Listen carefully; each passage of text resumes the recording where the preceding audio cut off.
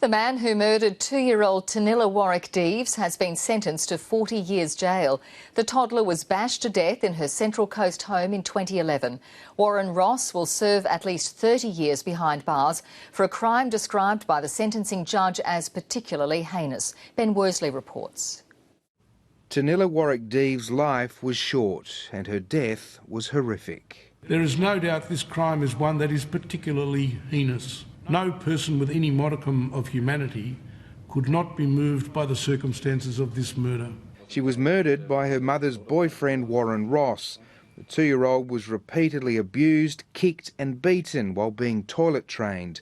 She suffered massive head injuries and was left in a pram for 2 days until she died. Ross claimed his innocence all along. There is nothing before the court to suggest any remorse by the offender. Justice Rothman said the murder wasn't in the worst category because of the lack of intent to kill. Even so, he sentenced Ross to 40 years jail with a minimum of 30. He can now live with the pain that I'm going to have to live with for the rest of my life, for the whole time he's in there.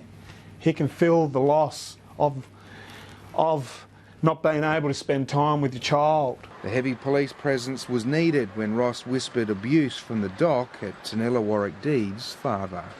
The earliest Warren Ross can be released is September 2041, and when that date was read out in court, his mother banged her fists on a table and shouted, "I'll be dead." The anger was taken outside. Tanilla Warwick-Deeves' mother, Donna Deeves, is serving a 9-year manslaughter sentence for failing to get help when her daughter needed it. Ben Worsley, ABC News.